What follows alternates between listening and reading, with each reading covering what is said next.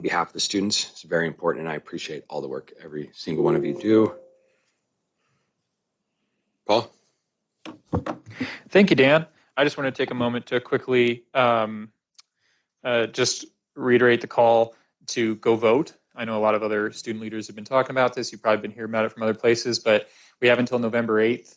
And we are very lucky to live in a state that really, really does respect our right to engage in the civic process and in democracy. So make sure you take that opportunity. There's a lot of good stuff on the ballot. We're talking Proposition FF, healthy meals, Ordinance 305, no eviction without representation. Really, really exciting stuff. Makes me proud to be a Coloradan that I can vote on it. And so I encourage you all to vote. You know, talk to your friends, your peers, your neighbors, your family about voting too, and let's make sure we get everyone voting. We're third in the nation for voter participation, and we can really continue to push that. And and I see Taylor said he voted today as well. So cool.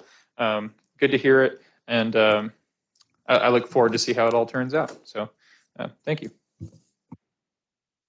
All right. So I reckon everybody got a chance to look at the agenda. We'll move on to the approval of the agenda.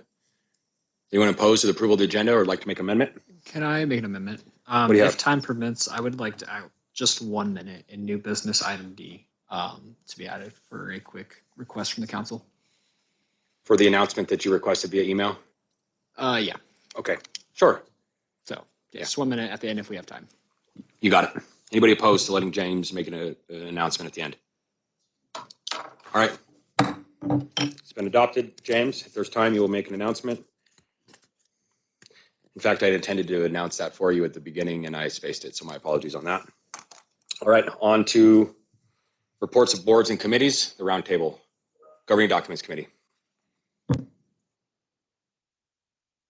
Sorry.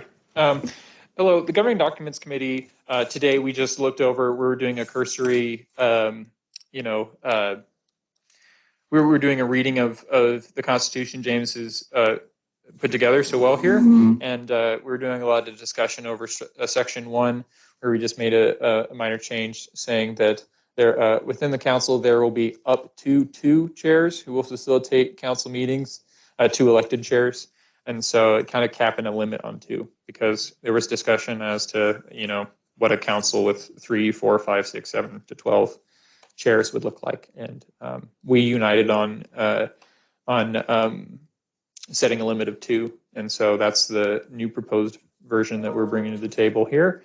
And that's the gist of what we worked out during our meeting today. We'll be meeting again next Friday at 12. And so I encourage continued collaboration in the chat. Even if you're not in the Governing Documents Committee and you've read this document and you have some thoughts, please do feel free to send me a message or an email or come talk to me. I'd be happy to hear your thoughts on it and incorporate that into the process. So that's everything. Chad, do you have something? Has the Governing Documents Committee solidified a mission and vision statement? The mission and vision statement has been worked on, but I will tell you that the collaboration before this document was passed, it was me alone at 3 meetings in a row and very little motion in the actual chat. And so all the work that has been done on our goals and our vision statement has not been done within the Governing Documents Committee, but outside of it. And so there's continued development. But I've done my best to try and reiterate at our last meeting the need to bring this work into the committee. I've tried to send messages like that for the last 3 months in our team, in our chat. And so I've done my part as the chair to try and facilitate that conversation. It's just up to the rest of us to fundamentally do that work. So during the meeting today, was the mission and vision brought up, knowing that it is an item that needs to be moved forward, especially after the last meeting? So during the meeting today, we talked about exactly what I just told you in our report. Nothing else. We talked a little bit about GPA requirements, but that did not come up during our meeting. The majority of it was spent on that section 1 discussion, and there was debate about the limitations. And so I will have liked to have done more work on the mission statement and the vision statement. That involves everyone coming together at the Governing Documents Committee table. whether that be online or in person. And that's not a one-man job or a two-person job. And so I'm sorry to say that it didn't happen today, but we had plenty of other stuff to do today that we accomplished. So. All right. That being said, I would like to make a motion to put forth my vision and mission statement that I collaborated with other members of the council, just so that way we can get this done. We can have this to our advisors. I can read this super quickly. The vision is to revolutionize the effectiveness of student government through the equal distribution of power and the continued work of eliminating impediments to participation, and the mission being to support the evolving needs of the MSU Denver students by advocating in their best interests to enhance the university experience and opportunities.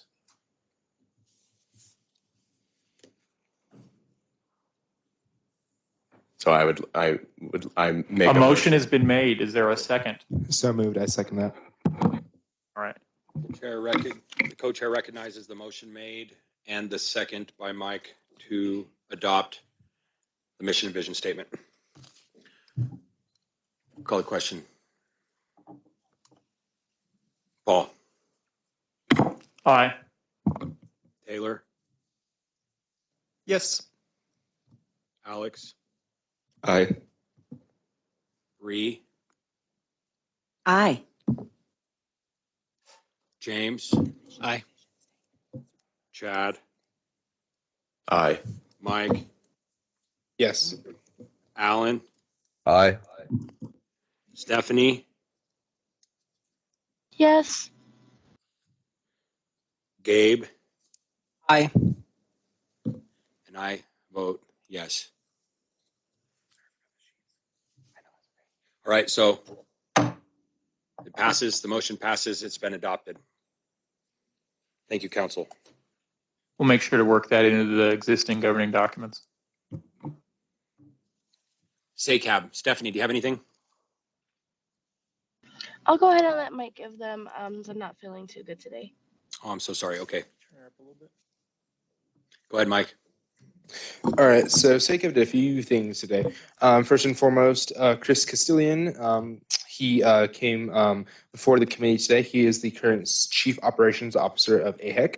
And we talked about a variety of different things from what he does in AHEC and what the current projects are going on with AHEC.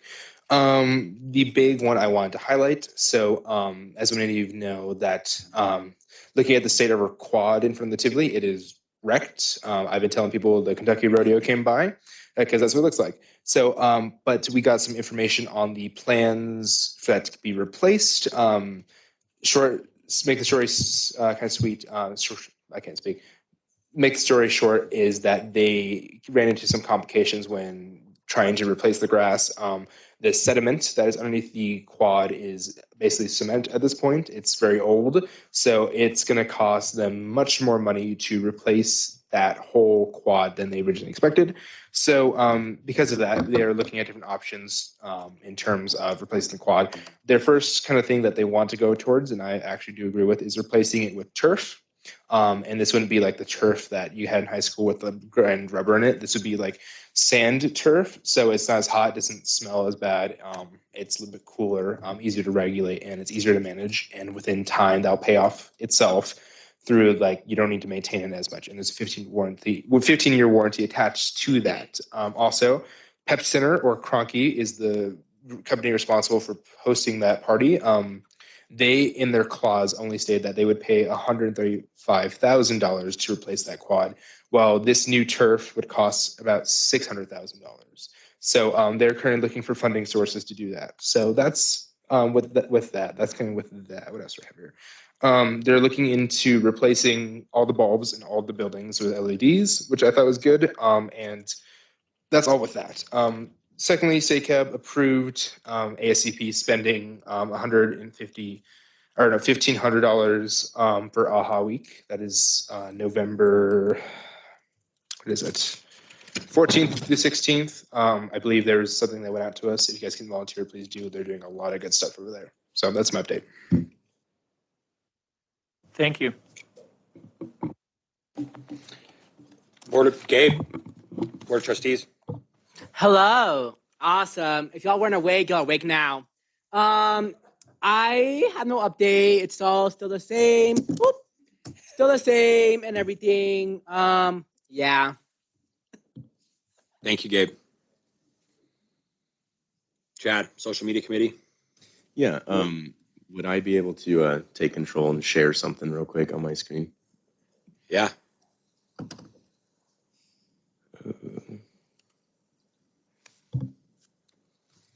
Is that coming out? Beautiful. All right. So first update. This is the website that I have been developing through the use of Squarespace. I wanted to show y'all this and kind of give y'all an idea of what we are working towards. This is really dummy proof, and I have no idea how I've been able to create something that's this awesome, as I'm very like not inclined at website development. But this stuff is really, really impressive. So just a quick, this is all bare bones type of situation, but this is really what the idea would look like. Next week, I'm going to have to bring a request for funding on this, because a annual subscription costs $276, which is not much for something that looks that clean and can easily be passed off to the next council. Next is we're still working on the podcast. We are seeking radio talent for the podcast. I'm going to be putting some advertisements out. If you know people, please send them my way. We want to get that talent recorded before we actually sit down and record, so that way we're not working logistics with 11 people. Let's see. And also Met Media is currently having issues with their media booth. So we have a little bit more time on that, on the time frame that I set for our committee. Also, we are planning on putting forth a newsletter, a monthly newsletter that will be, the first one will be published on November 30th, that James is gonna kind of help take care of. And then I just wanted to remind everybody of our social media goal, our social media followership goal. We planned on doubling our followership, and we're getting new followers every week. So please continue the engagement that I already see from the council members. Thank you. Bree. I'm sorry, this is probably a redundant question, but can this nice new site sit within the MSU Denver site just as a link? Is that how people will get to it and find it? Yes. So the idea is that we can link this site that I'm developing now onto our existing site that's on MSU Denver, so it can lead them there. But also, any of our socials will direct people straight to this site instead of the MSU Denver site, because we can update this thing so much faster and so much easier. Will there be any conflict that you are aware of with the look and feel of the existing website for the university? And do they have any? The university will have zero stake in this website that is hosted off, because it is funded by us and maintained by us. And therefore they cannot tell us what we can or cannot put on that website. That's the entire intent of this website, is that we can put the things that we would like to put on them. Without having to make an official request and submit the paperwork, as does the Metropolitan. That's the Met Media does it. Yeah. CSGC, Mike, is there any updates this week? No, but I believe there was something that was sent to Abby McAdams. I believe you sent it, Dan. Like there was you sent, I think it's Gabe's proposition. So the letter you sent, you told us last week. We had an idea of sending that over to Abby McAdams. She's the chair of the CSGC, which is a coalition of student governments all over the state of Colorado. We've given them a few things like this, and I think it would be. I'll let Dan speak the rest of it. Go ahead, Dan. So I have it drafted. I wanted to speak with Gabe before I sent the email, so I could coordinate that properly. So I will talk to you about that. But yes, yeah, we're talking about it. There's an idea that we thought. That's the only thing I can think of for CSGC. Thank you so much. Ree. The Policy Advisory Council has been sending around the university closure policy we've been working on for quite a while to different facets within the university, and they're getting a lot of feedback on that. So it's not quite ready to go to the president, but will soon. I did get an email this week that I'll forward to all of you that came from the Faculty Senate and the APC committee about mandatory participation verification, because as it stands now, the university is not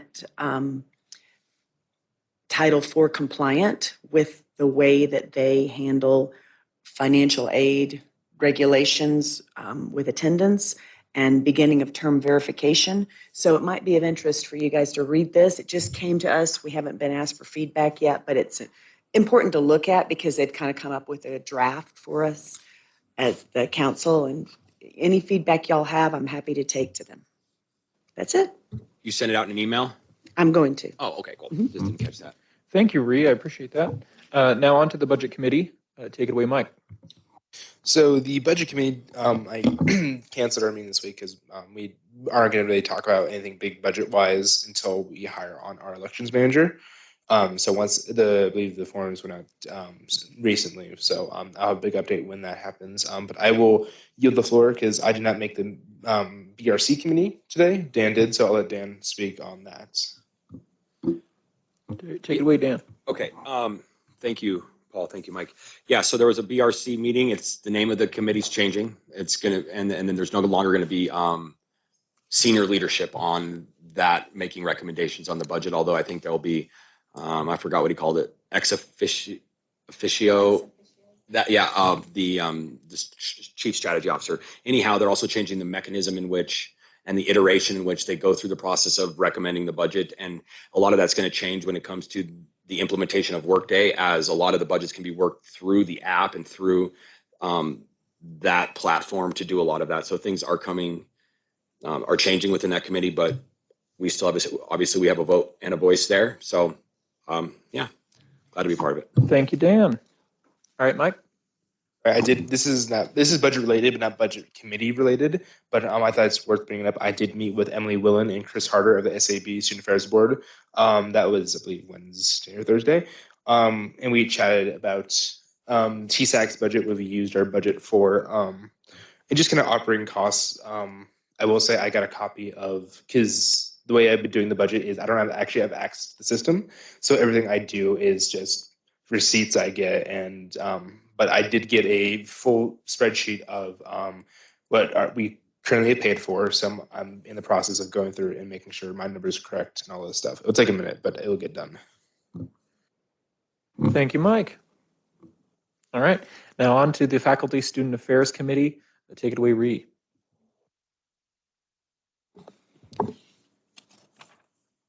Sorry. You're okay. Just a short thing to say, we are due to meet again on the 17th of next month, and nothing as yet. But I do want to ask again, if there's anything that you guys want to put in front of the faculty committee, please, just send me an email and I'll be sure to present it to them, because, and I've told you before, I tell you every time, I'm sorry, we are free to present to the whole faculty senate if we have something really important we want to express. Thanks. Thank you, Ree. I'm happy to hear we have that opportunity. Now we'll go on to the Sustainability Committee. Taylor. Yeah, Alex and I met with Cassie Cadwallader, the head of ASCP. She's wonderful. But we talked a lot about collaboration for AHA Week, which Mike was just talking about. Alex and I both have resolutions coming up. Mine's today. He has one coming up next week. We're very excited for those. You'll hear more about those later. Thank you, Taylor. Do you want to add anything, Alex? I have included the resolution in the chat, so if you have not had a chance to look at it, please look it over. We won't be requesting any funding, but there might be some verbiage and other things that if y'all want to take a look at, feel free. I did request for people to do certain tasks, so if you look in the chat, you'll see that there. And that's it.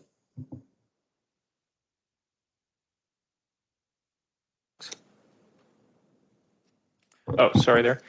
So on to the Events Committee. You want to take that, Stephanie? Oh, you said you weren't feeling well, so I can move on if you like. All right, Mike? Yeah, if you could have someone else. Yep, sorry about We're that. gonna do that now. We're gonna do that. Okay. So yeah, I'll take the events committee. The events committee is not met, but I mean, we should get this over with. I've chatted with some events committee members and some social media committee members. We think it's a good idea to merge the events committee and the social media committee to make the PR committee. That would be chaired by Chad. He's graciously decided that he could or offered to chair both of those. We were all in pretty good agreement of it. So we didn't get time to this last time. I'm just going to motion that we do that. So we combine. My motion is going to be that we combine the events committee and the social media committee and turn it into the PR committee. All right, so there's a motion to combine those committees into the PR committee. Do we have a second? Second. All right, we have a few seconds. All right, so the motion on the floor is to combine the social media committee and the events committee into one PR committee chaired by Chad. We'll go ahead and, unless there's any discussion, seeing none, we'll go ahead and call the question. Anyone second to call the question? I second that. Cool, call the question.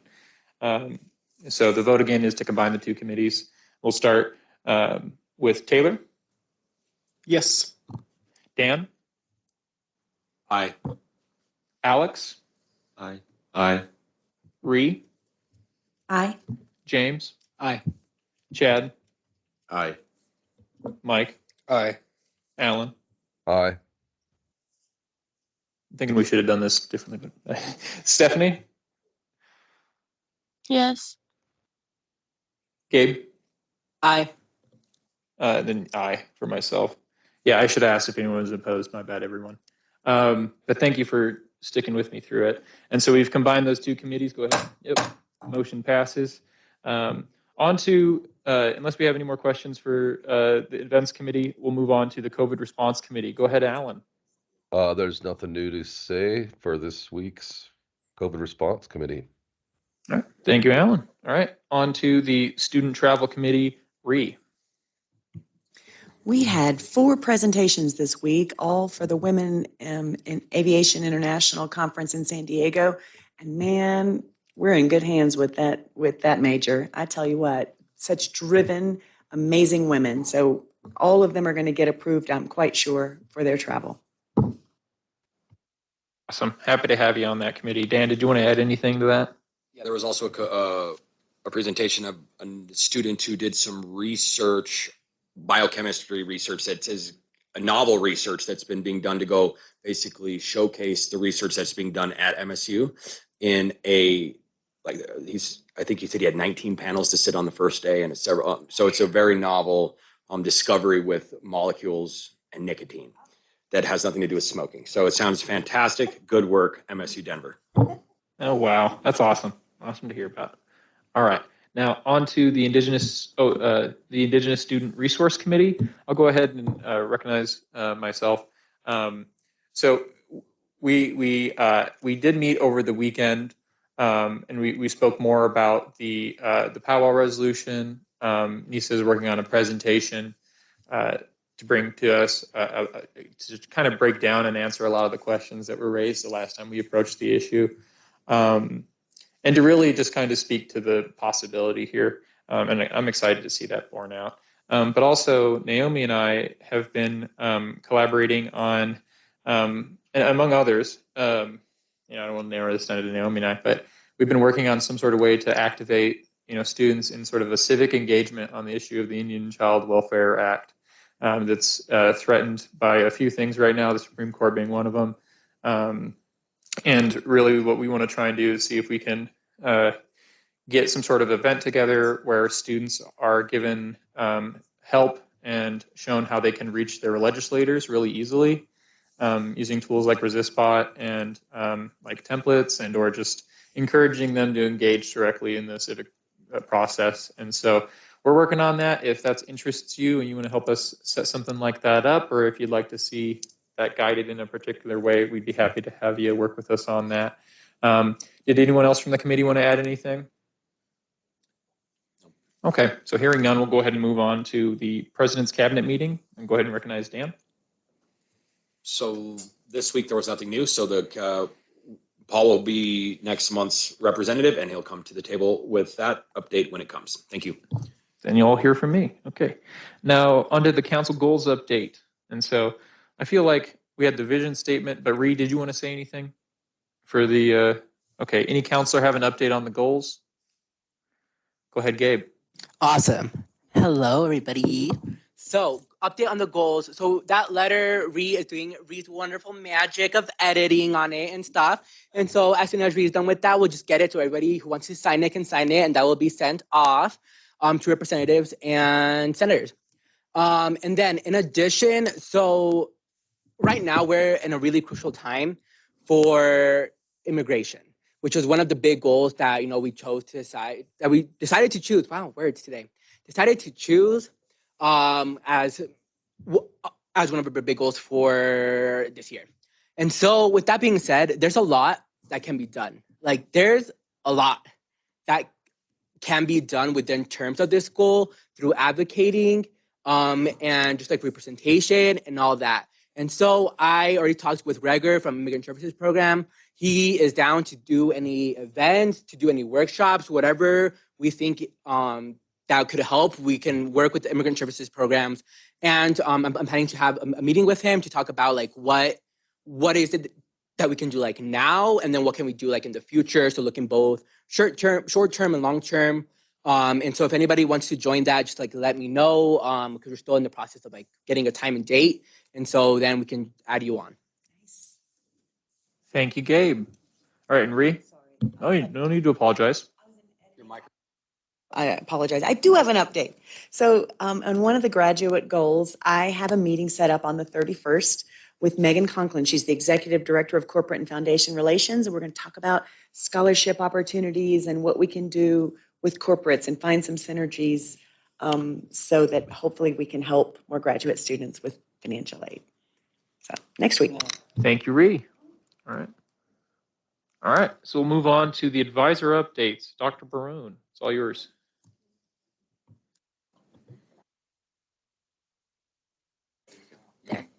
Hi, everyone. First of all, I want to apologize that I wasn't here last week. I had some personal stuff that I was out for, so my apologies. I did want to just share an update about the food pantry. I know there has been a lot of discussion here, and I don't know how much you all know, but we did have a meeting this week with Miguel and the food pantry staff, the chair of the nutrition department, and a consultant that has been hired to help with the renovations in the Tivoli. And we met with Dr. Simpkins, and it looks like we are able to rename the food pantry, and the vision was shared for what that would look like. Mike was also there at the meeting representing TSAC. So I just want you to know that it has been a really cool thing to watch come together in terms of the vision and the execution of how this will go. November 29th, I want to say, is the grand opening. So that's not that far away. So would love TSAC's involvement on generating excitement around that and really rebranding what will now be Rowdy's Corner. Rowdy from the food pantry, and it sounds like it's just going to be an awesome, innovative space to bring students together. The ideas that were shared were just fabulous. So I'm really excited to see all of that come to fruition, and would love to see how you all can help support in getting the word out as we continue to move forward with that initiative. Yay! Thank you, Dr. Barone. I'm excited. Yeah, it's very exciting. Armando, do we have you online? Thank you. All right. So moving on then. Okay. So on to old business. We have James's introduction of the Constitution that he's sent out with the change that was made earlier. I see a hand. Yeah, Kenny? Okay. Sorry. Oh, I see. Just a signal. Okay. And so with that being said, we'll move on to the introduction of the Constitution. We'll vote on approved changes to the Governing Documents Committee, the changes that we made earlier that were described in the roundtable update.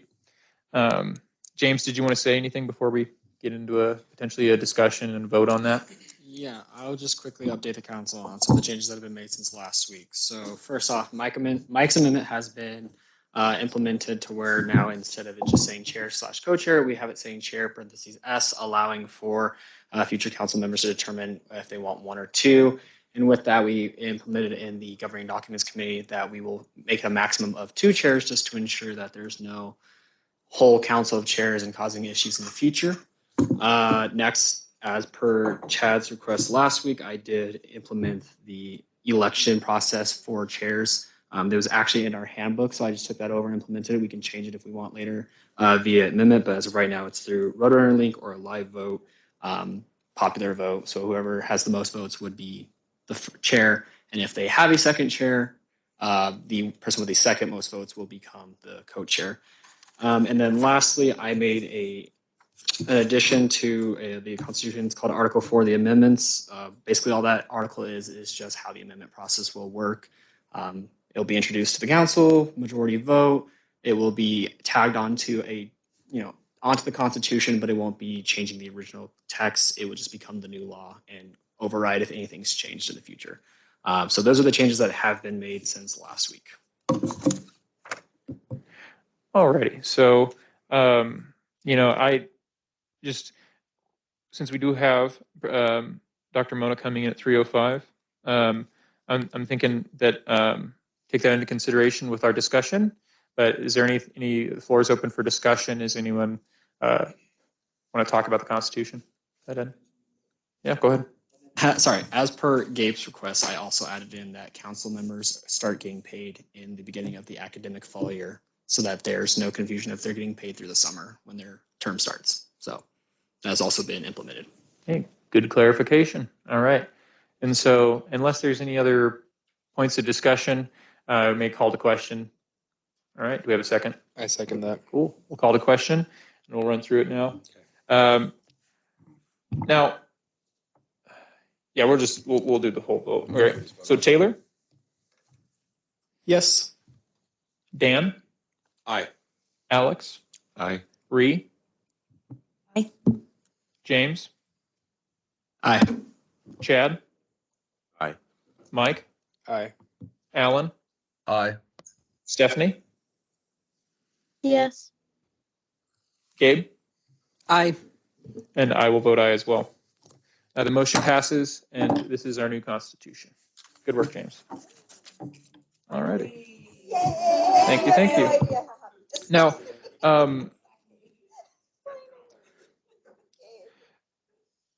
Taylor, would you mind if I motion to table the Green Purchase Agreement until after we have our conversations with Dr. Mona and Dr. Simpkins? Is that something you're open to? That's fine.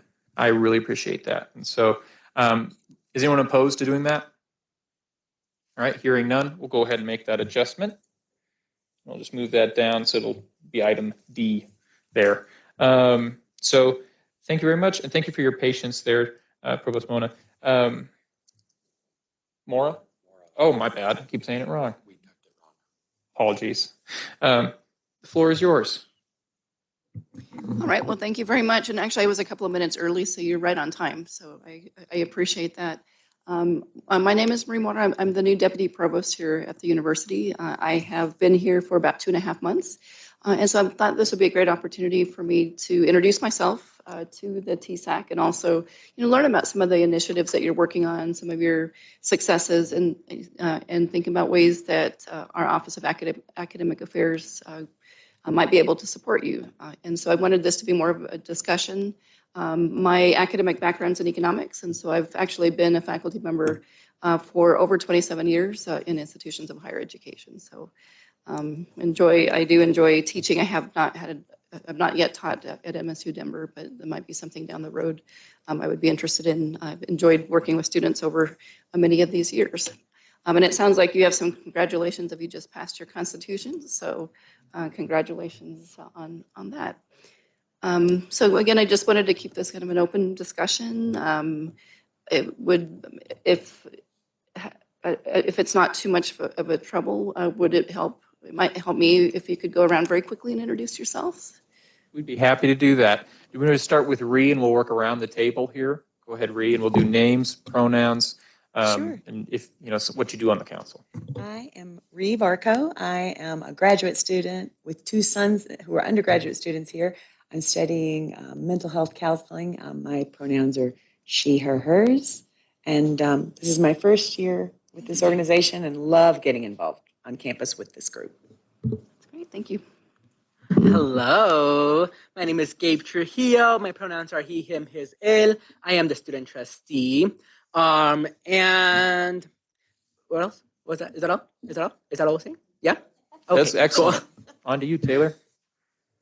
Hello, my name is Taylor. I'm a political science major, geography minor. I also do, I work for Defend Our Future as a campus ambassador when I'm not doing student government. Kenny. Hi, my name is Kenny. I am the executive assistant for the student government. Do I have to say my major? My major is lifestyle medicine. Hello, my name is Mike Warner. I am the chair of SACAB, and I represent SACAB for MSU. My pronouns are he, him, his. I'm an accounting major.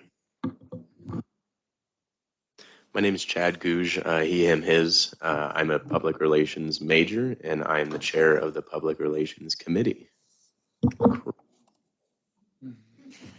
Hi, my name is James Vargas. I'm a senior here at MSU Denver studying political science and history.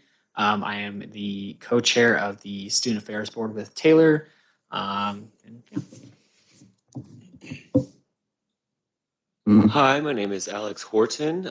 He, him, his. They is also acceptable. I'm a linguistics major with a French minor and a focus in anthropology. I'm on the social media committee, governing documents committee, sustainability committee, and the indigenous committee. Wow, that's a lot of I'll give it a quick tap so it turns green. Hi, Dr. Mora. Cynthia Barron. I'm the interim AVP for Student Engagement and Wellness, Dean of Students, and I'm the co-advisor for TSAC, and my pronouns are she, her, ella. Hello, my name is Paul Nelson. I am the chair of the Governing Documents Committee, and I'm a communications student here. Pronouns he, him.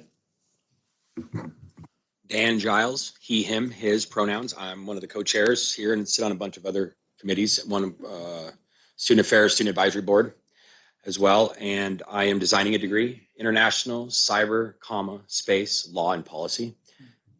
So I'm a junior. Thank you. Now we'll move on to the online folks. Alan. Hello, my name's Alan Williams. I'm a linguistics major. I'm a senior. I'm chair of the COVID response committee, and I also have kids here at the university, and I'm really proud. At one point, I had the biggest family here at the university, multi-generations all going here at once. That's fantastic. Thank you, Alan, and we'll hear from you, Stephanie.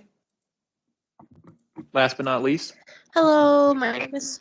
Thank you. My name is Stephanie Didier. I use she, her, ella pronouns. I am one of two SACAB representatives, and I'm also serving as our ABOD representative as well for SACAB. And I'm also serving on our Diversity, Equity, and Inclusion Council for MSU Denver. Cool, cool. Thank you, everyone, for introducing yourselves. Alrighty. What do you say? Sorry. What do you say, Provost? We open up to some questions, maybe, or was there something you wanted to talk about in particular? Well, one of the things I would love to hear about would be some of your goals. And again, I know that I've had an opportunity to meet with a couple of you at certain events, including the recent Board of Trustees meeting and some of the president's cabinet meetings. I just thought I wanted to mention, very quickly, I know the academic titles can be very confusing. And so as deputy provost, sometimes people are confused, like what is a provost? And so deputy provost even gets a little bit more confusing. But the provost serves as the chief academic officer. So many of us are familiar with like CEOs and CFOs. And so the provost is the chief academic officer. And I essentially am his right-hand person. And so things that he may need me to do, like fill in for some of the meetings on his behalf. And also work very closely in terms of some of the initiatives that are coming out of the Office of Academic Affairs. One of them right now, the provost is very interested in learning more and thinking about ways that as an institution, we might be able to help streamline the progress toward graduation and also for students who start at the university, if they're able to actually complete their degrees with 120 student credit hours. Most of our degree programs have a minimum of 120, or all of them have a minimum of 120, but most of them, that is also the maximum. And so one of the things we're looking at is, do we actually have, are there processes or procedures in place that are preventing students from graduating with 120? A recent analysis that we've been looking at, or some recent numbers, show that the vast majority of students who recent graduates have considerably more than 120 student credit hours. And I know that with transfer students that many times not all the credits transfer, but we're seeing that also with students who start at the university. And so why they're graduating with so many more credit hours is something that we're digging into. We want to find ways that we can reduce barriers to that so that students are not paying extra money to take additional classes that they may not need to graduate. And so just as an average, it's less than a quarter of students who have started at the university I have recently graduated with exactly 120 student credit hours. And then the average graduation, or the average number of credit hours that, again, these are students who start at the university, it's actually 133. So that's 13 more than we would see. And so that's essentially a semester. And then, of course, there's money behind that, and also the time. Because when we're taking classes, then we're not working during that time period. So there's foregone earnings associated with that too. So that's one of the initiatives I'm working on closely with the provost, and then looking at also like where, and so students who are starting here, where is it that they're falling off or not making credit or not making progress to that 120 student credit hours. And so we're really taking a deep dive into that. So just that would be an example of some of the things that I'm working on. I see Ree, you have a hand? I do. As a grad student who's taking this behavioral health path, I wondered if I could just offer some things that I'm seeing as something to consider. I know that in summer, it's sometimes difficult.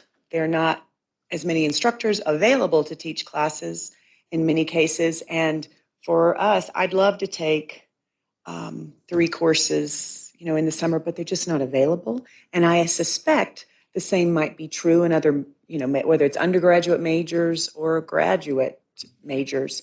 And I wondered if the university would consider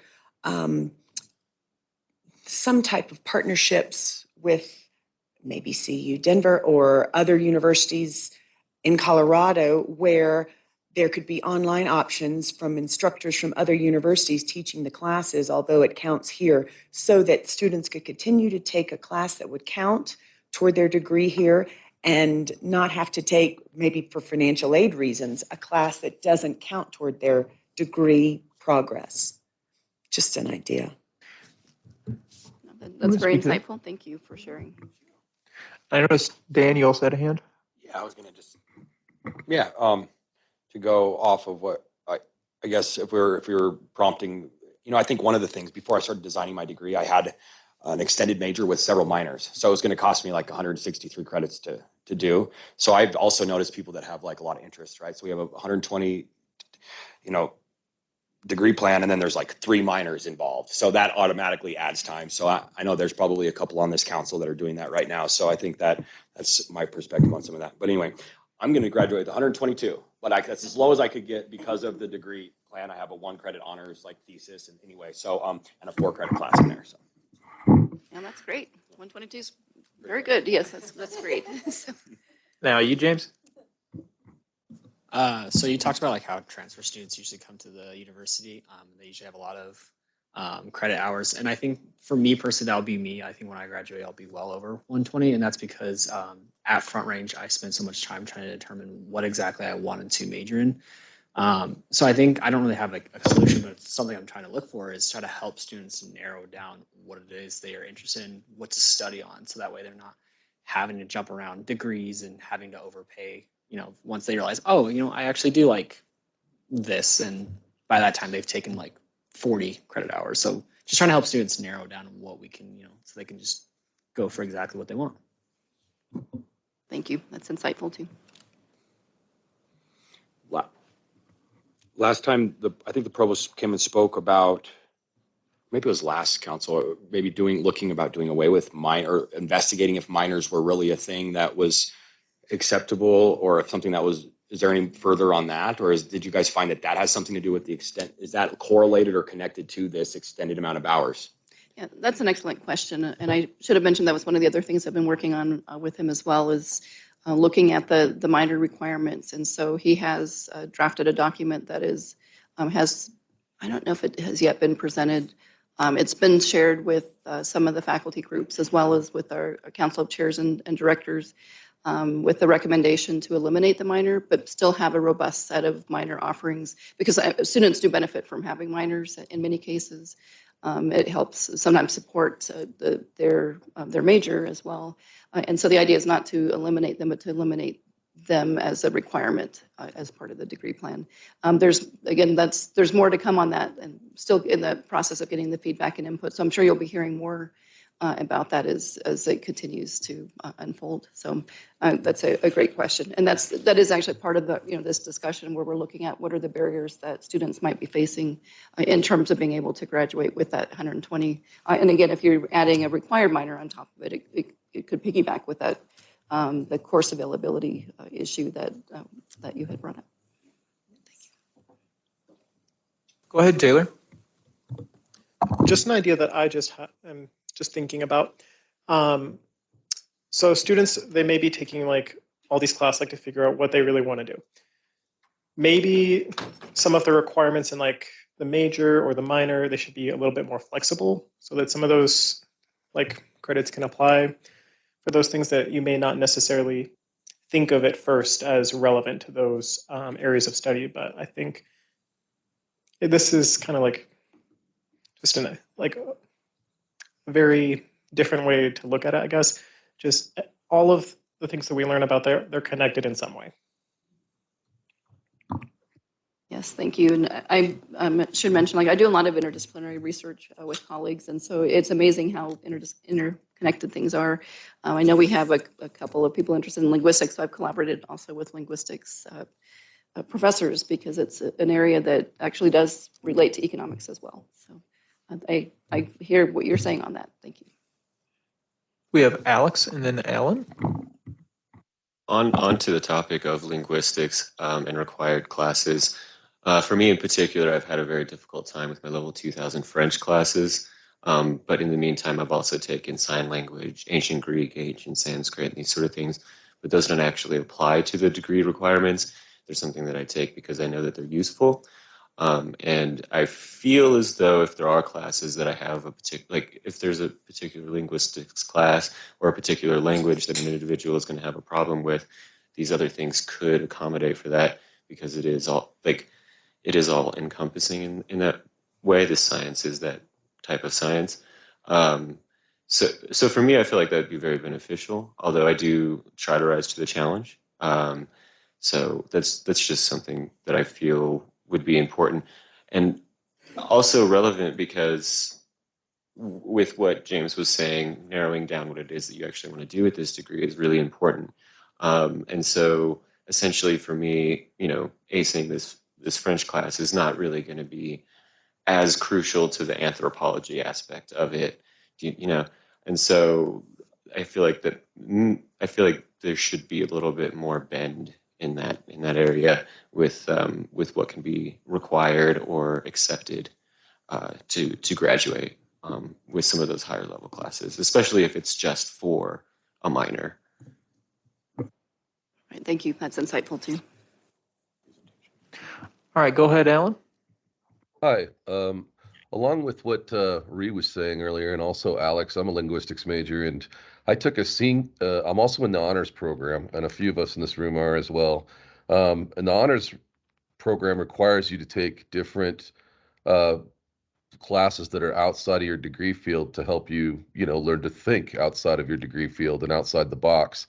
However, I took one class last summer, even though I got an A+ in the class, my financial aid was delayed because it didn't count toward my linguistics degree. I was put on hold, and then I wasn't able to get my financial aid for months after the beginning of school when I really didn't feel like I did anything wrong except take a class and get a good grade in the summer, a single class, and it threw me off so bad that it scared me away from taking a summer class again.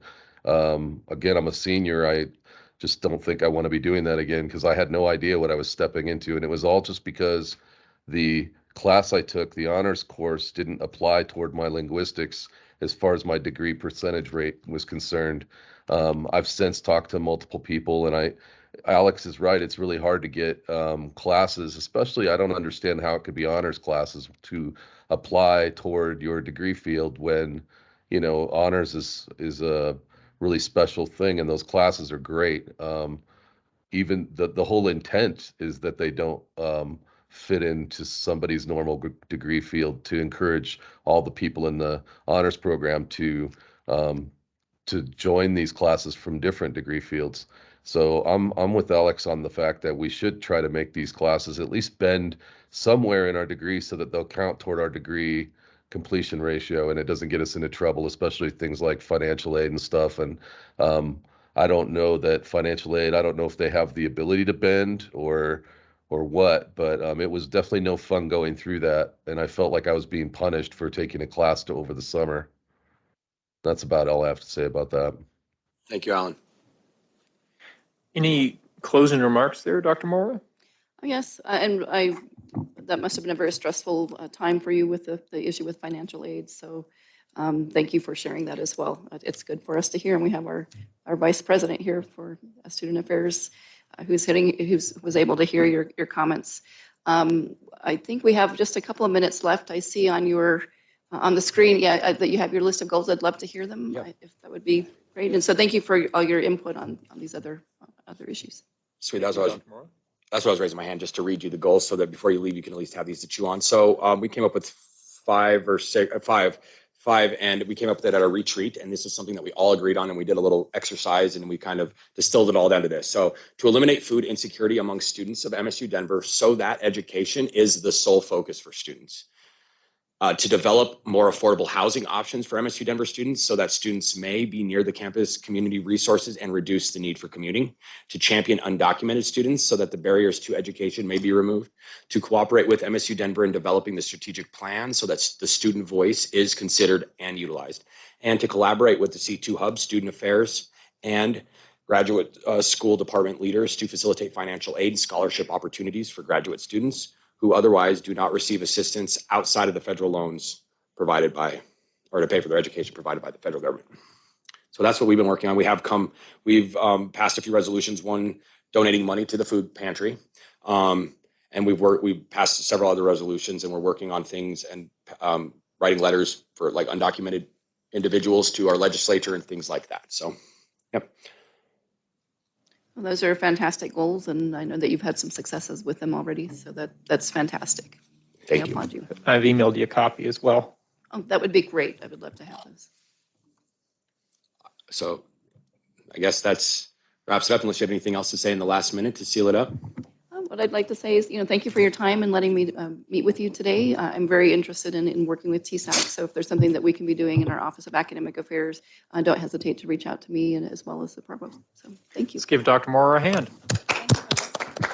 Thank you. All righty. And thank you again for taking the very valuable time to be here with us today. We do appreciate that. Now, on to Dr. Simpkins. Sorry about that. We'll be having a conversation with him. There's no punishment about pronunciation of names. Hey, I appreciate that. Thank you. All right. Now the floor is yours, Dr. Simpkins. And how long do I have to be with you? 20 minutes. Sure. I want to be respectful of your time. So hand signals, cutoffs, hooks out the room. We'll have someone with a cane. Yeah, it's fine. It's fine. Right. Take it away. Okay. Awesome. So I want to talk to you about a couple of things today, but where I want to start is just appreciation. A couple of you have probably heard me say this already, but this is my 5th fall at MSU Denver. My 21st fall as a full-time higher ed professional. And so that means I've worked with 21 different student government boards in my career, not to mention the ones that I was around when I was a student. What I see happening right now is it just makes me really happy. I see a lot of intention on elevating student voices. I see a lot of thought and wisdom about how you're integrating into the work that the university has done and holding us accountable, which is really important. And we've missed you. And some of that accountability is also making sure we're inviting you to the table, which I appreciate as well. But when I see you as individuals show up in different meetings, you bring this ethos of student government TSAC with you. You do a really nice job of sharing who you are, representing other students, what you're hearing. And I just want to say thank you. It's really exciting. Gabe, I think you are the most vocal student trustee that I've worked with here at MSU Denver, and that's a good thing. It's a very good thing. And so I really appreciate what you're doing. And we're going to fight at some point, and that's a good thing. And so I look forward to the day when you tell me I've done something wrong and we figure it out. So I wanted to talk about three things: strategic planning, community hour, and parking.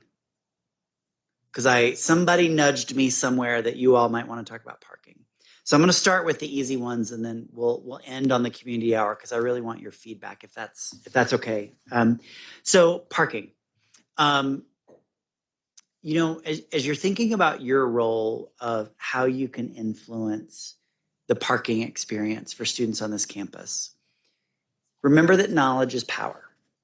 And so if I were in your shoes, where I would likely start is to make sure that you understand the parking budget at this institution, really AHEC, because the money doesn't come to MSU Denver. So to dig into how much revenue does AHEC get from parking? What do they spend to maintain our parking? How do we pay for the parking garages, the bond fees, right? And that means you also have to have a greater understanding of the AHEC budget writ large.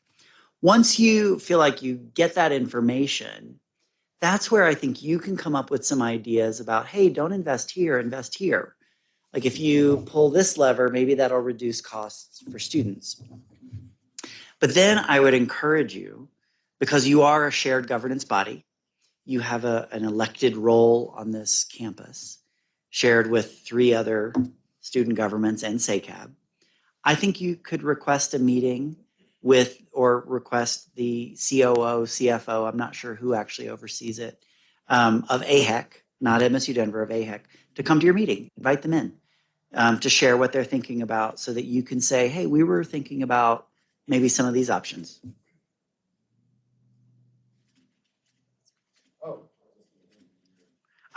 I'm just talking, I'm not running meetings. That's your job. Mike, let him finish and then because all you're going to say is you invited them to the meeting already to talk to them, right? Yeah. Okay. Oh, good. Awesome. So I think that's how you get started. That's my advice. My opinion, and this is my opinion, is that we're still figuring out what the AHEC leadership philosophy looks like, right?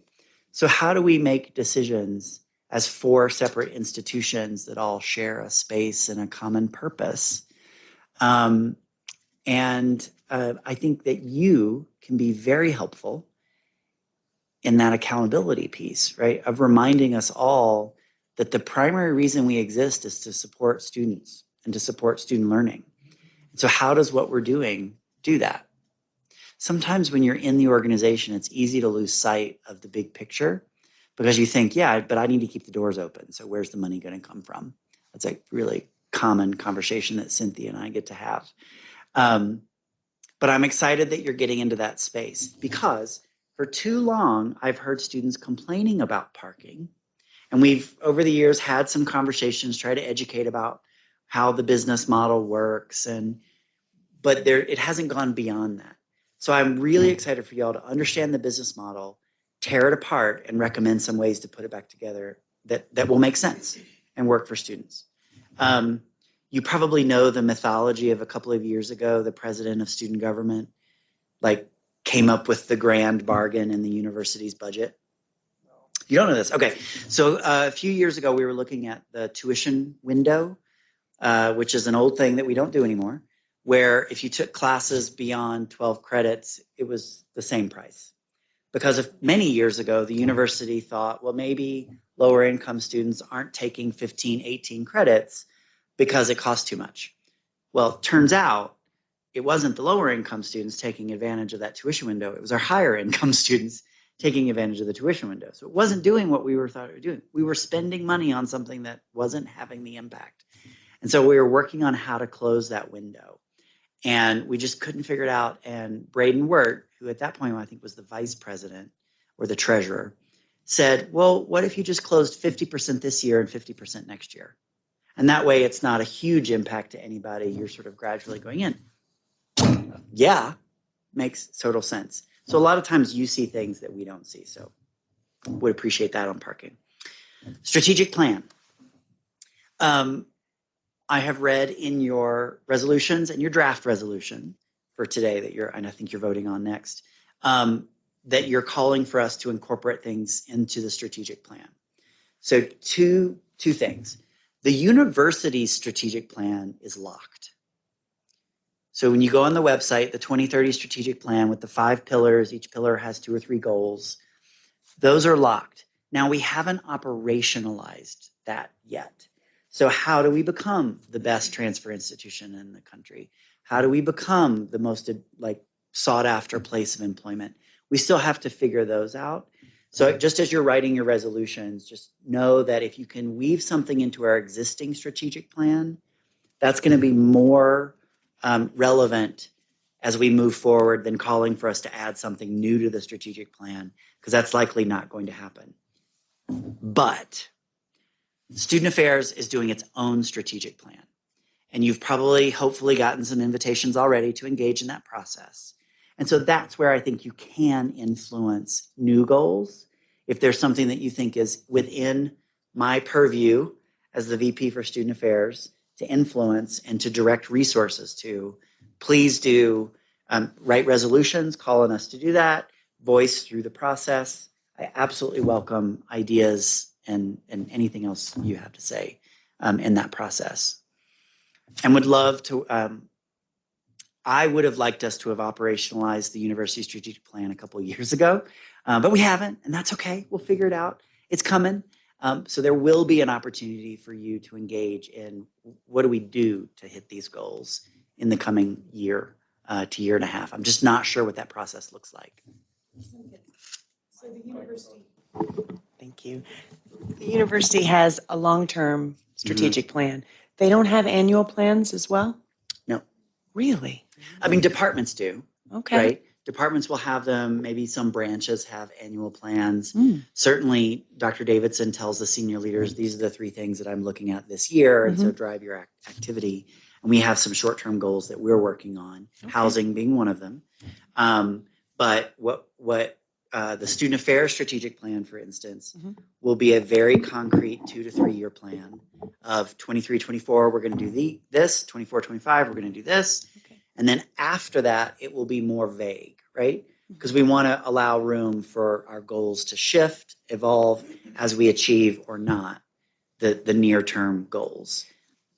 Yes. Do you have then, no, you don't have annual KPIs to meet? You just, okay.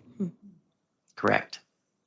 And I sense and I agree. Okay. Yeah. We're going to get better though. So community hour. A few hours ago, I sent you a draft. We use these things called decision memos at senior staff. Any of us can write a memo to the president saying, I recommend you make this decision. This page, it goes to each vice president. We either sign off on it, we say, yeah, this sounds good, but here's my comments, or we say, nope, absolutely not in favor of this. That's how Dr. Davidson collects her feedback so that she can make a decision. It's also how we keep a record of what decisions that we've made. So community hours are becoming a pretty widely used concept in lots of colleges and universities. The institution that I came from, another commuter institution, urban, had a community hour. They're typically in the middle of the day. Some of them are 1 day a week, some of them are 5 days a week. And they are a break in between classes where there are no classes. The goals being, no, that's okay. Oh, shift the camera. Hello. Hello. I was like, are you giving me the hook? Has it happened? Is the moment here? I don't speak wow. that variant of sign language. I thought Rhea was saying like, put him in a box, put him in a box. Oh, got it. Thank you. So community hours have a few goals and they're on this first page. So the first is many students just don't have time in the day to utilize resources, whether that's see an advisor, go to financial aid, pay your bill, or join a TSAC committee, participate in a student organization, go to an event, those sorts of things. So it creates that time where there are no classes so that we can all come together. So that's number one. It's really about student retention. Number two is it's also about building a better sense of community on campus. So our faculty need that time to come together as well. Faculty Senate, if you're a senator but you're teaching during Senate, that's hard, right? Department meetings. Some of you have come to speak at President's Cabinet. Those are woefully poorly attended. Do you know any students who even know that they exist? Right, because most of our students are probably in class while those meetings are happening. So it's a time for shared governance to actually happen and for us to invest in shared governance. The last two are sort of more hoped for byproducts. One is we don't have very good food vendors on this campus. And part of that is we don't have the sales to bring in better vendors. So to create the scenario where people actually have time to eat and, we happen to have better food on campus, there's a little chicken and egg game, right, happening. But we could see more people just eating lunch, buying a snack at the Starbucks or the Dazbog or whatever else we create. And so we may see increased access to food and sales, which brings in better vendors, which makes us all happy and healthier because the chicken nuggets and fries I had yesterday did not count as healthy. Or food. Yeah, they were tasty though. I could still smell them 6 hours later on my shirt. And then finally, by taking that class period off during the middle of the day, we may also push some classes later into the evening. If you look on next to last page, this chart, this is just a count of how many course sections are in each class block. The Monday, Wednesday, Tuesday, Thursday, Friday, Saturday. You'll notice that we do actually have a Monday, Wednesday, Friday schedule that we don't use, other than those two classes at 8 a.m. And so you'll see that basically the 11 to 12:15 and the 12:30 to 1:45, those are our hottest class blocks. If you look at the evening, there's very little. So if you're a student who works full-time 9 to 5, MSU Denver doesn't have a lot to offer you in terms of face-to-face in-person classes. And these numbers also include synchronous online sections, right? So it's hard if you want to be an evening student to actually get through MSU Denver. So this could encourage more evening classes. So my proposal is going to be, and then I'll shut up and you tell me what you think. Because of our tri-institutional nature, we can't really change our schedule because of the shared classrooms. So my proposal is simply to take the 12:30 to 1:45 block offline. That would be our community hour, 5 days a week. And we would schedule around it. And then we would start to talk about what do we move into that 12:30 block to provide engagement opportunities during that time. And we will market the heck out of them. But give me your feedback because this is not a done deal. We're shopping it during the month of November so that we can make a decision in December because the fall 2023 schedule begins to be built early January. And I'll let you run this part. Okay. Paul. Alan, then Paul. Hi, Dr. Simpkins. I appreciate you being here and talking with us about this. My question would be, 12:30 to 1:45 is lunchtime, and this is probably the first college campus I've ever been on in the entire country that doesn't have a cafeteria. And with our Department of, gosh, I can't remember the name of it right now, hospitality. They're over there running kitchens all day long over there. And I just wondered if maybe there's some way that we could get a cafeteria on campus that we could feed and have a meal card, perhaps income-based meal card where students could be guaranteed to eat a meal or go in there and use their card with their student account. I'm right there with you, Alan. In fact, I'm meeting with AHEC in 2 weeks to talk about a shared vision for what food could look like on this campus. And I'm with you on the dining card. I'm with you on the dining hall. Taylor doesn't want to eat in the dining hall, but he does want a good salad bar.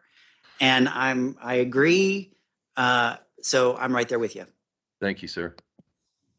All right, after me, it'll Reed and then Mike and Gabe.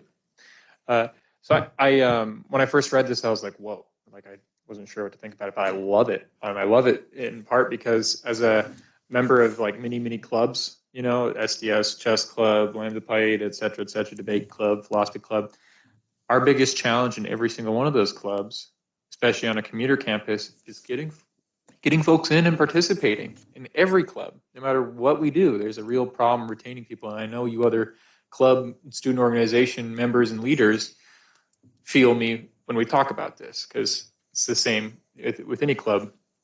And I see this as an opportunity for student organizations to start scheduling stuff at that time, because it is the peak time. Like anytime we do plan an event in any of my orgs, we look at the Google Maps stats for the area library and see when the most people are coming through, and it's then, right? And that's it. And so I think that, you know, having more events with student orgs or encouraging student orgs to take advantage of this time would really help with retention, because, you know, when you're involved with the community, you're involved with your school and your campus, you're that much more likely to continue on with your degree. I mean, the stats bear that out with like people who work on their college campuses. So I have, you know, my full support with this. I'm really excited, and I, you know, hope it bears some fruit in the future. And then then we had Mike, Gabe, and then we'll get you, Taylor. Ree. Was that right? Real quick, Ree. We gave Dr. Simpkins 20 minutes. It's 20 minutes in 3 minutes. So is anybody opposed to extending that out till 55 after 3? Okay, hearing none. Go ahead, Ree. Dr. Simpkins, please indulge me. You know, being a bit older than this young crowd, I had another life in New Zealand working for a city council and was charged with redevelopment of the central square, where we were having suburban competition from the malls and trying to rejuvenate the city center for business, which is similar to what you're hoping to have here, right? Absolutely. And one of the things we did was have seasonal events and activities, because I went to a master class with Project for Public Spaces in New York City, and they talk about the type of activity that you want in an area, in a city, or in a particular space, where you're inviting really engaging food trucks and vendors, or events and activities that don't cost you a lot to put on, that are easy to just kind of mobilize and then, you know, take apart. And then if it's kind of a regular occurrence, more people are apt to kind of stick around. And my suggestion, aside from that too, is I don't know if the university has budget for entertainment purposes, and I would suggest something like that is something that could be a communal activity from all the universities. But then budget for academic excellence type program would be, I would suggest, more MSU focused, because the goal is MSU students primarily, right? That's the ultimate goal. And if you were able to, and I kind of threw that out to the group earlier, where if you could work with and try to use contacts within your departments to get renowned experts in those departments for the different schools to come and speak, you know, at the theater or out in a public forum, or, you know, something that would be anybody at any university would want to come in to see. Those type things, yeah, they cost a little bit more, but if you have a focused effort toward that, you'll get the engagement. That's my experience. I'm going to take two things from what you said, in addition to all of it. But one is, if we can also identify like the town square And so that if you're a student and you just know that something's going to be happening in that spot every day, whether it's free food or something else, then you start to build that momentum around space, which is also just as important as time. And then the question I'm going to take away is, how are we resourcing the people who are going to do these events? Right. I think we need to look at our student event funding, student org event funding. We look at CMEI's budget, look at everybody's budget. How are we doing things? I've also been frustrated. We have a lot of empty classrooms, right, throughout the day. And yet I also hear that it's hard for student orgs to get event spaces. So I think there's a lot of work we could do to make sure that we're supporting what's going on during that time period. And the department director of my program is right now acting as an interim director for hospitality. So you have students who could, for, their resumes, lead programs such as this in some way, right? Take charge of things, and maybe it's unpaid, but it sure is going to look great on their resumes. And anyway, just ideas. Thanks, Ree. You also have a field, your quad that you're about to redo. Isn't this a time to talk about, maybe you get corporate sponsorship, maybe you think of all kind of ways that you could put something into that to make it a great space for events and activities. Yeah. I'm done, I promise. Great ideas, Ree. I appreciate that. Mike.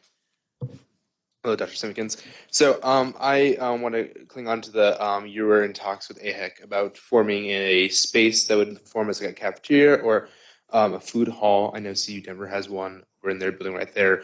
I wanted to ask, because I believe, one of our goals is to eliminate food insecurities here on this campus. I believe that would be one great way for students to use financial aid to pay off some of their food.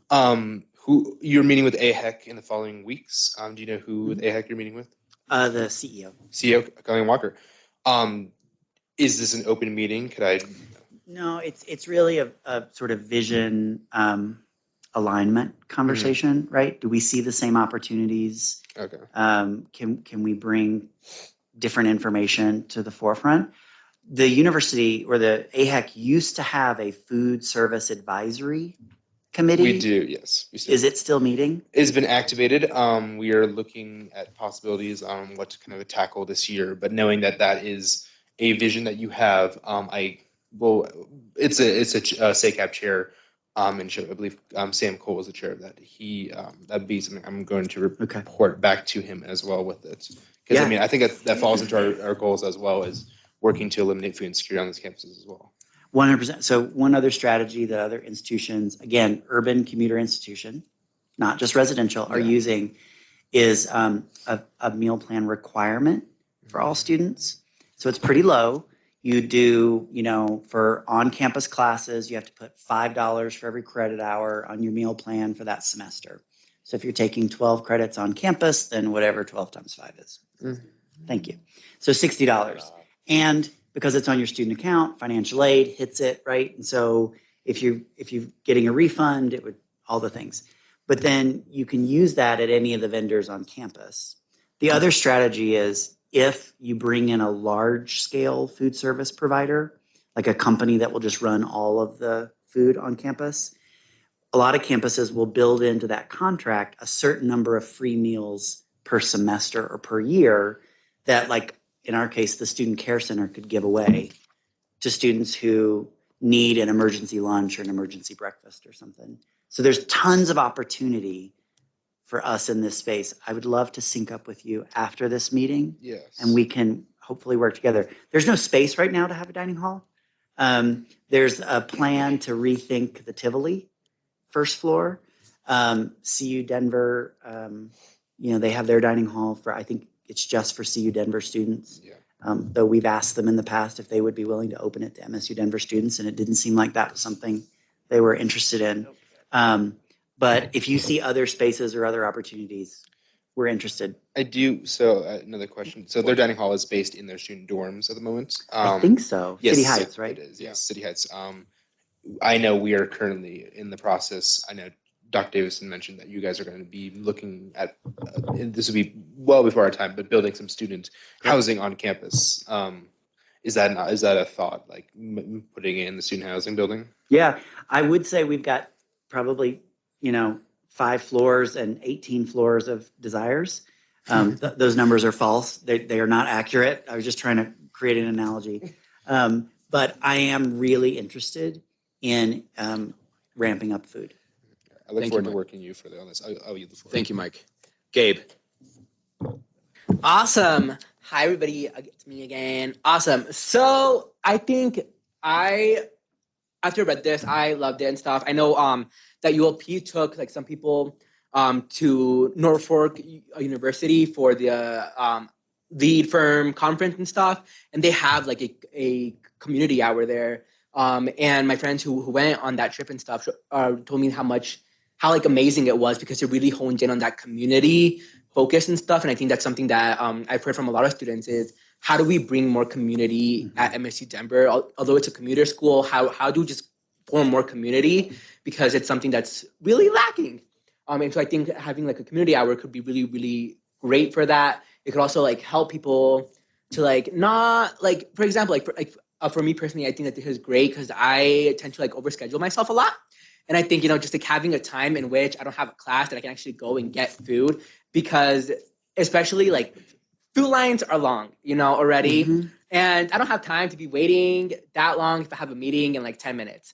And so I just won't eat. And so I think having just a specific time set to be like, this is where like students have time to just like for themselves and to do things that they want to like eat and really, take care of themselves during that time. I think that could be really huge. My only worry is what impact could this have on like students who take classes during this time because this is their only time that they can take it.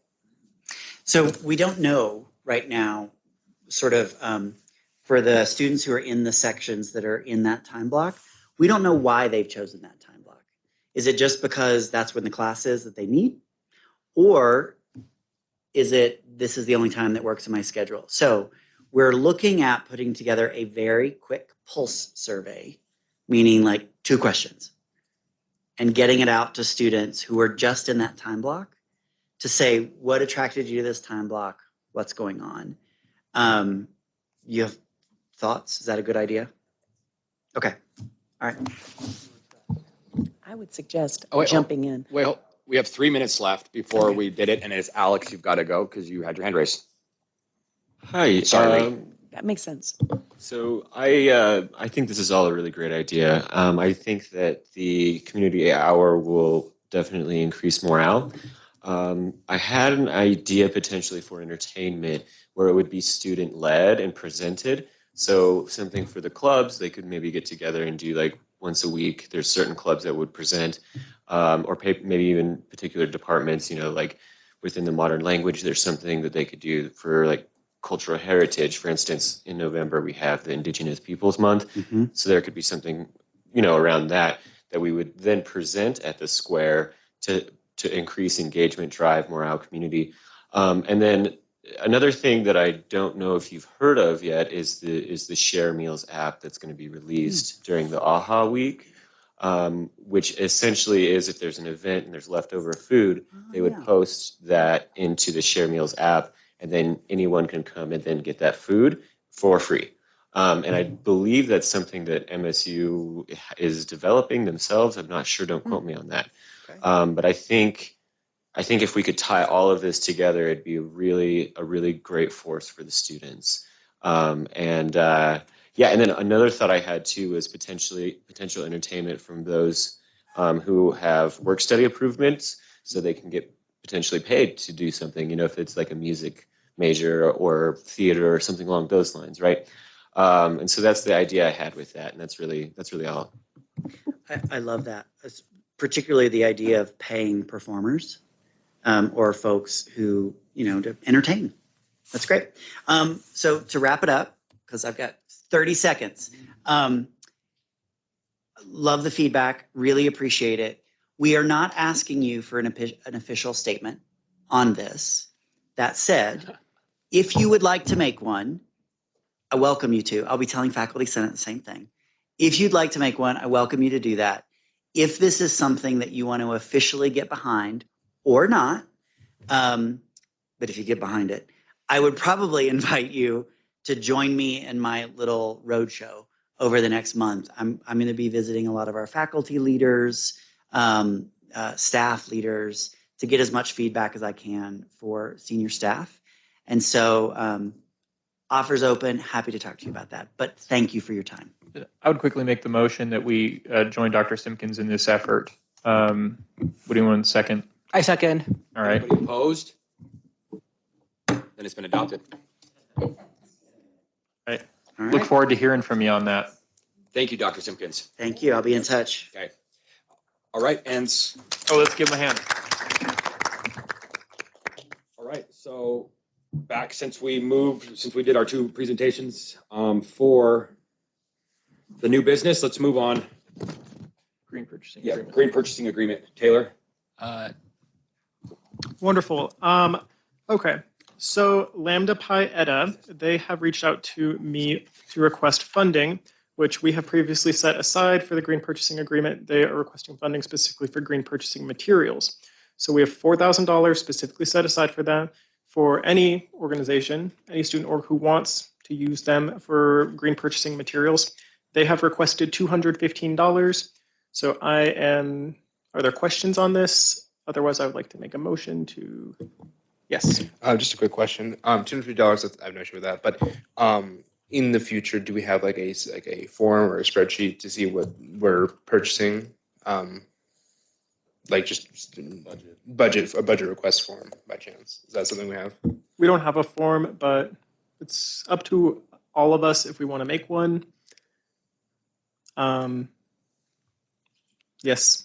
Is that something you'd see helpful?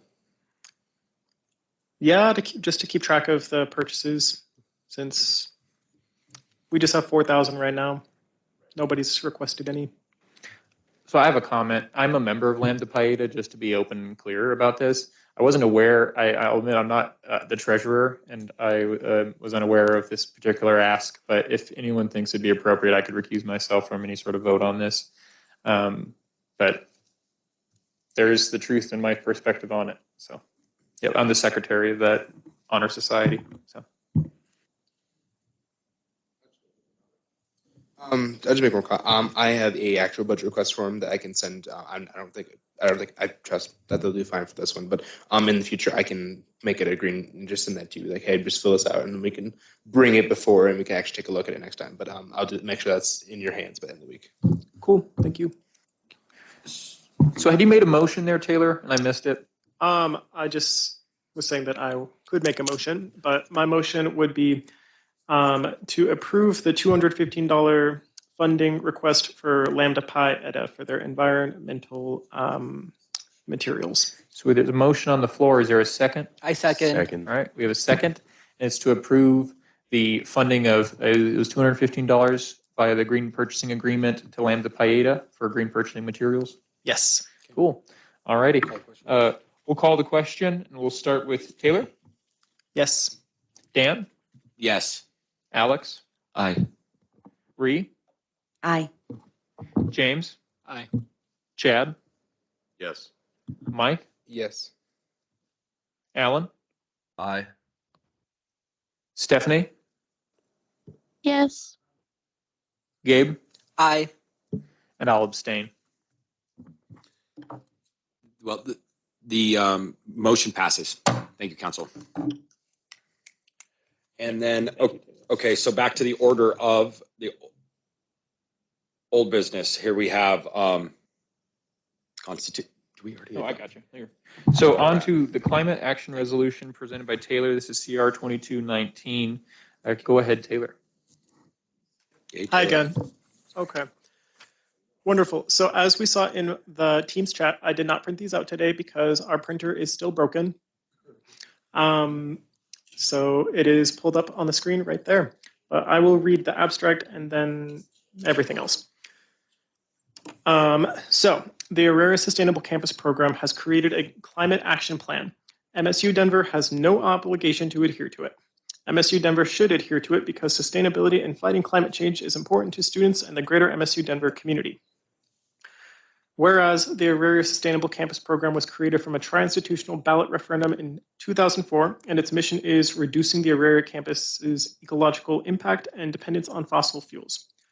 Whereas ASCP has a climate action plan already formulated that MSU Denver could choose to implement. Whereas 93% of surveyed students agree, it is important to me that the Auraria campus prioritize climate action and reduction of our campus greenhouse gas emissions. And large institutions have a responsibility to address climate change as they have large environmental impacts. Whereas MSU Denver contributes 53% of campus CO2 emissions, whereas an 11% reduction in energy use could save the Auraria campus $650,000 per year. Therefore, SGTSET calls on MSU Denver administration to adopt the ASCP Climate Action Plan and make addressing climate change part of the strategic plan. So I have one thought about that since Will just said not to do that. Maybe instead of saying strategic plan, we just say a priority of the university. Does anyone else? So as the, sorry, read Yes, one moment. I like that. And as the author, you can just change it. So Okay. that's up to you to decide if it's friendly or not. It sounds like it is. Yeah. Now, we'll open it up to discussion. We'll start with opposition. Is anyone opposed? And if so, raise your hand or the floor is yours. Alrighty, anyone want to make a comment and or discussion? We could also, oh, sorry, go ahead. You. Gabe. Who raised Gabe or Rhea? I couldn't tell. Sorry. You there. I just gonna say that I think it's great because I think if MSU Denver can, take responsibility, as a whole university and stuff and reduce this, I think that's wonderful. I think that's something that definitely should be done, especially, if MSU Denver is all for students, then our future is what it's gonna happen with the climate. And so I think I just love it. Thank you, Gabe. I'd like to make a comment as well in support of it. I know that we're not alone in taking this kind of action to address climate concerns. Our peers at CU Boulder are doing a lot of this same kind of work, and at our CU campus here in Auraria.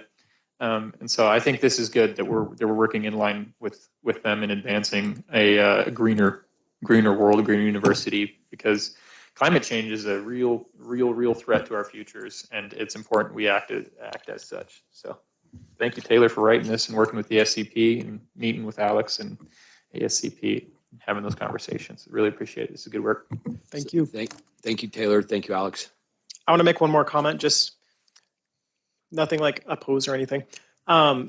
Just with the 53% of campus emissions belonging to MSU Denver, this is just something that I learned from the Climate Action Plan when I read it. And I didn't know this, but MSU Denver, we are representing over 50% of the students on this campus. Awesome. But that means we also have a higher responsibility to address the CO2 emissions of this campus. Yes. Oh, go ahead. When is the data from that you pulled or that you received from the meeting that you had? Is the data present data? Is it past data? What are these numbers? When are they drawn from? These are numbers from their climate action plan. They have just written it. I'm not sure when the data precisely, but it's within the past 5 years. Okay. I just think that might be important and something you might be asked about when you're presenting it to senior leadership. So I would be really detailed in the ways that you're expressing the concern and when these timeframes, so that they're, it's well researched and documented. Okay. Thank you. Anybody else have anything to say? Alex? Would it be beneficial to add a cited source of the sustainability within? It's at the bottom. Oh, it is? Okay. Would that potentially be detailed enough for the senior leadership? Yeah, probably. If it says the year, I didn't see that, but if it says the year, is it an APA format? No, I know. Sorry. Oh, Okay. cool. Yeah. But it says when they did the research, though. It says it In the yeah. thing. Okay, cool. But Maybe you we might should- do that in the actual resolution, is what I'm saying. Yeah, we can add that in. And maybe we could also just print it out, and then when we have the formal document, have the whole. Anybody else? We'll bring discussion back to the mic so everyone can hear. Sorry. Anybody else? Good discussion, but Anybody else have any? Would you like to say what you were just saying? Yeah, sure. So we have the source included, but when we do the final draft, we can just print out the source and include it with the resolution, and then also update the therefore to include that detailed information for senior leadership. Thank you, Alex. Yeah. All right, cool. So we got to vote. yeah, okay. So I'm going to call the question. Do I get a second on that? Yes, second. All right, thank you. Second. Thank you. All right. All right. So we'll go ahead and go through this. And just by the nature of this one, we're going to go who's opposed. Is anyone opposed to the adoption of this resolution? Going twice. All right. Motion passes under unanimous consent, CR 2219. Good job, Taylor. Thank you. Good work, Taylor and Alex. Thank you, council. So on to James's announcement here. Item D of new business. Take it away, James. Kenny, I sent you a email with the flyer that I'm trying to present. Do you think you can pull that up real quick? I sent you an email with the flyer. Can you pull that up real quick? Chad. Did we strike old business section B? Because we completely skipped over that and we have not addressed it. Oh, So when we voted to accept the Constitution here, it was accepting the changes that were described in the roundtable update by the Governing Documents Committee. Now, we've accepted it. To discuss and vote on the changes that were made in the document that we accepted and voted on and passed would be redundant. And so it's on there, but I believe it is on there in error. If you'd like, we could go over it, but given the time, I think we'd be much better served pursuing public comment or James's announcement, public comment, and then in the meeting.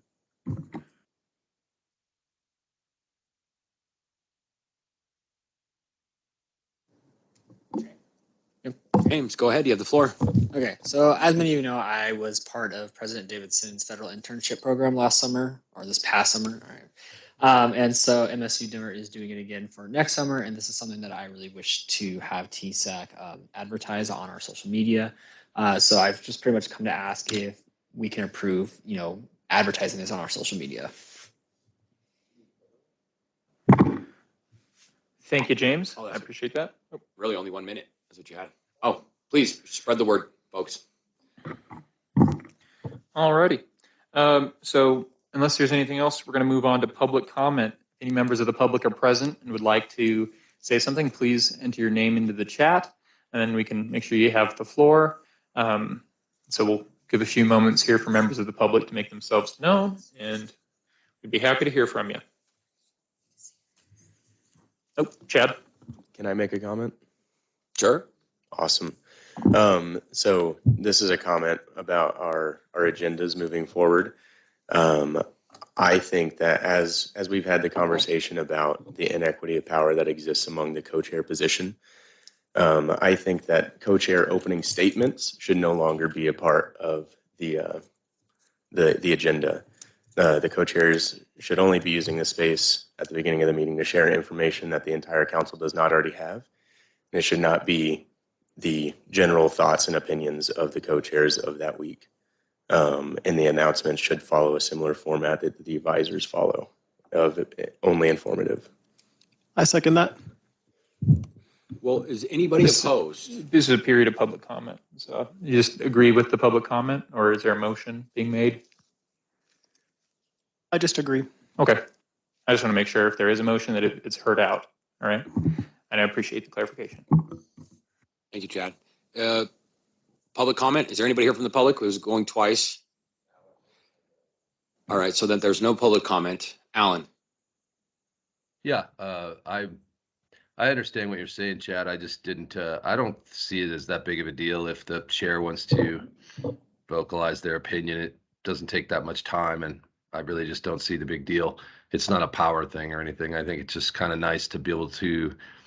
A lot of times, the chair, Paul or Dan or whoever we elect as chair, kind of really is just setting a tone for the meeting.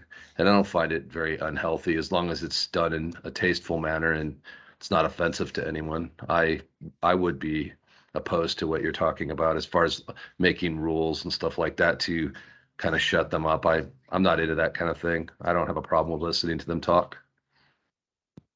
Thank you, Alan. I want to join in on the public comment we've kind of opened up and just voice my own thoughts on the matter. I'm surprised to hear this because I do kind of am careful in crafting what I do say at the beginning of a meeting. It's not loaded with my own agenda. What I've talked about in meetings is voting. I mentioned today voting. I mentioned voting for food for kids, lunches and stuff like that, and voting for the newer bill. I didn't even say particularly which way to vote, but you can probably guess.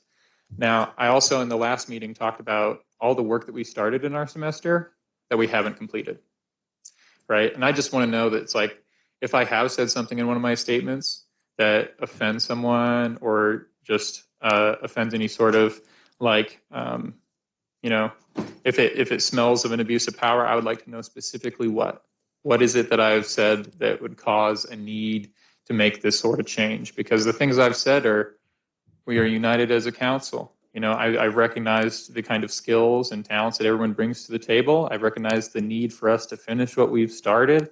And really, I didn't say it to lord power over anybody, but I said it as like like what's the role of a student leader in any position, right? And what should a co-chair try and do? I feel like at that point, we were, and at some points they're disorganized and moving in different and separate directions. And I thought, what would I want a leader to do but try and consolidate that and, find unity and push forward. But, and I stand with Alan. I really do think that, a move to limit, what people can say and when they can say it in a meeting that they facilitate, I think it gets a little totalitarian for me. But that's all I have. If you want to respond. Sure. I'm just looking at the structure and the format of which other council members are allowed to make comments or just their own opinions that they have that maybe is or is not shared among the entire council. There is no other spot for us to share that as general council members unless we have our name on the agenda. I look back to one of our previous meetings when Taylor made a statement during one of the committee updates, the meeting after the food pantry resolution, in which he was calling for the fair treatment of all of our council members. And while he did get to speak and say his piece, he was told that that wasn't the appropriate place for him to say that. So I think that if we are a flattened structure and we want to continue to work towards making that a flattened structure, every council member should have the exact same opportunities to speak on this council and in the same way as well. All right. Seeing no further members of the public, we'll give it a few more moments. Does anyone else want to say anything? All right. Okay, we got a few. All right, so we'll go James, Alex, Taylor. Am I missing anyone? Did you have your hand up, Bree? Okay. All right, in that order then, go ahead. Mine's totally off topic, so I'm so sorry. I just ask that once we are adjourned, all of you come sign this beautiful document that we have created together. No. This is a good. Well, I don't need to. No.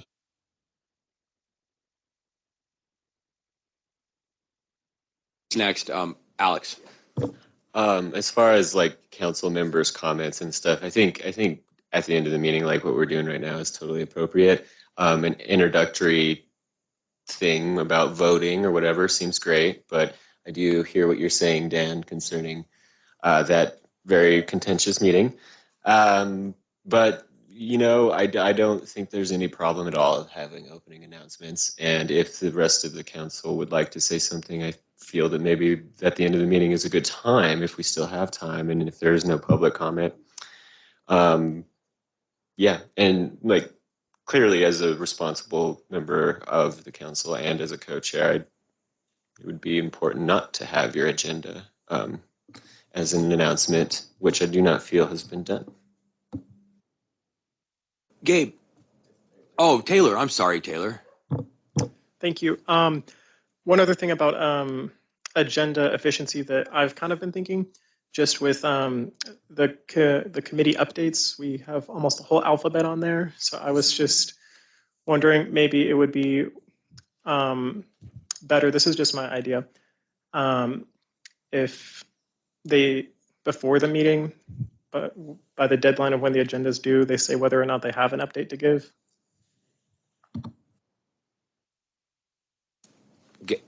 Gabe?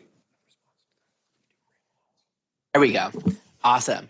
So, okay, y'all. So I definitely see where like Chad's coming from, just like having opening statements could potentially create, that idea of like a power structure or something. I definitely agree of just like changing it to like chair updates, in like a roundabout tables. I think like it's just giving your update and stuff.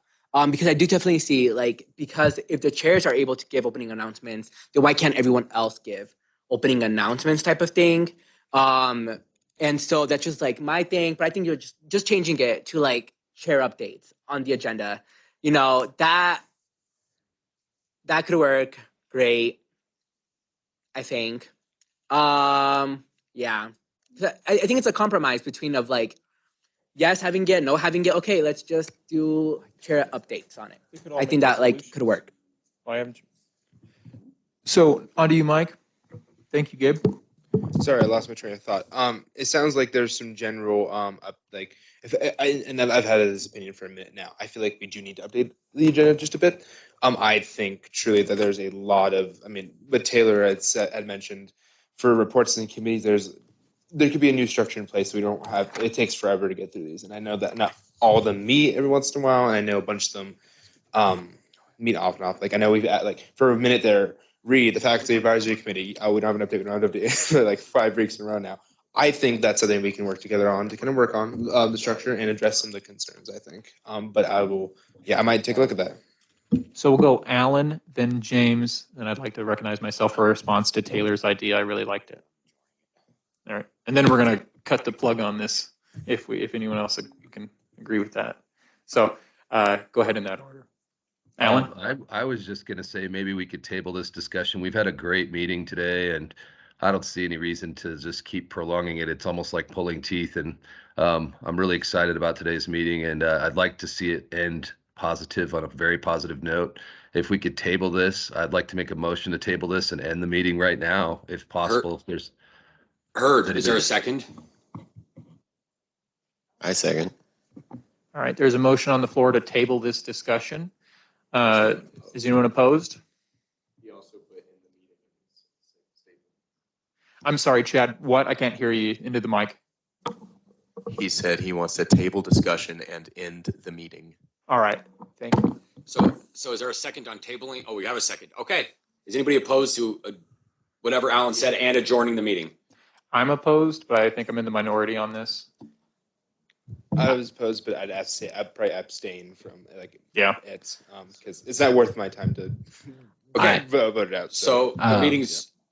Yeah. Oh, James. I only oppose because I was going to ask if anyone would like me to write up a freedom of speech amendment making opening statements like part of the agenda to where anyone can speak if they need to speak. Speaking of, yeah. But now we're just continuing our comments instead of actually doing it, right? So let's hear out the motion. Okay, is anyone opposed? Final call. Is anyone opposed to table this discussion and adjourn the meeting? All right, hearing none. Oh, I was gonna. All right, meeting's adjourned. Thanks, guys. I think we should do written